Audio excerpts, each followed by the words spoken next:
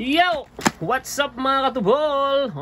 So dumating na tong ating super hinihintay na talaga natin to. Pero sa iba ko to kinuha, sa Amazon ko ito kinuha, no? Kasi wala nito sa local eh. Kung meron man sa local alam mo yun, baka made in China. So eto na, dumating na. Ano nga ba ito ha? Ano nga ba ito ha?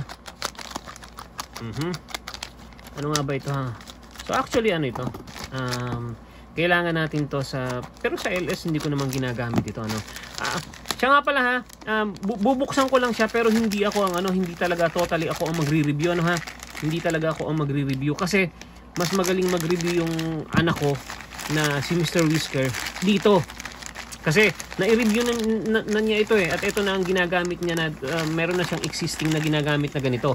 Kaya lang nainggit ako, so bumili ako. Oh, diba? Vibes Beam JBL. Oh yan, JBL ha. JBL tayo mga kapatid ha. Medyo nga lang may presyo talaga. May presyo actually para ka nang bumili ng cellphone eh. Pero according to Mr. Whisker, sabi nga niya, naku, bakit yan ang binili mo, bla bla bla.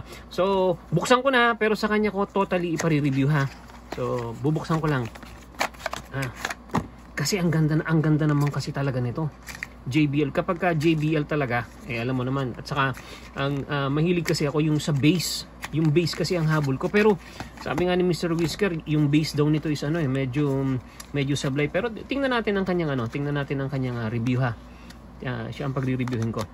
So meron siyang Type C, ayan para dito. Nasaan na yun? Yan. Type C ha. And then ano pa ang niya? So meron siyang yan, ako napakakapal na na booklet. Ito is to? Anong tawag dito? Earbuds pala to. Earbuds yung panlagay dun sa Ito, gusto ko kasi yung earbuds niya kasi talagang totally yung noise cancellation. Talagang wala kang maririnig. Kaya lang pag naglalakad ka, wag mong gagamitin to kasi hindi mo alam, mababangga ka na talaga. Ano lang pala to, tawag dito, yung extra. So yan. Ganda oh. Grabe ang ganda niya oh. Grabe ang ganda. Napaka premium ng design niya oh. So ito turn over ko na kay Mr. Whisker ha. Para malaman niyo yung mga niya. Kasi meron daw itong more or less mga 20 hours na po pwede mong gamitin siya without charging ha. Well, pwede rin kasi may extra charger siya dito eh. So hindi ko talaga totally alam yung explanation etc. Kasi ang gumagamit nga yung anak ko, na inggit lang ako, tsaka magnetic oh. Bagay halos lahat ng mga yung magnetic na. So turn over ko kay Mr. Whisker ha. Eto na Mr. Whisker oh. Kamay mo. Yun oh. Siya na ngayon magsasalita ha. Kaya lang good luck na lang. Oh. Take it away, Mr. Whisker. So like what my Don Ariston said, 32 hours of power. That includes sa earphones at saka yung sa charging port, parang ganun. Yung case. And then there's an app for this. Ito na. JBL pwede siya install sa App Store or Google Play. So there is there's touch control and then some stuff you can play with this. Tapos there's extra earbuds, USB C, and then there's a manual if you need instructions. And advantage, disadvantage, the pros and cons. Pros, this is good for working out. This is good for listening to music, especially since there's 8 hours of battery life.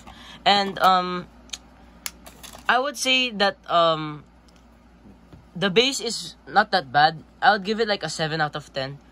And there's like an active cancellation.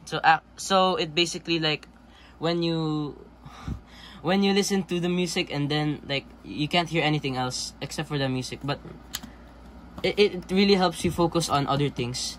So I think overall for me, I would give this an 8 out of 10.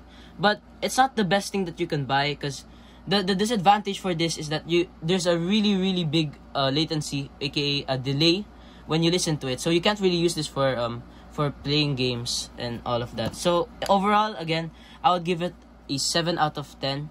It's not the best thing that you can buy, but it is decent if you want to listen to music and so on. Okay.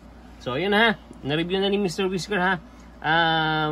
Yun daw, hindi daw siya talaga totally ano. Kaya lang, alam mo yun, in terms of yabang, pag naka JBL ka, mayabang ka talaga. Bye everyone, bye!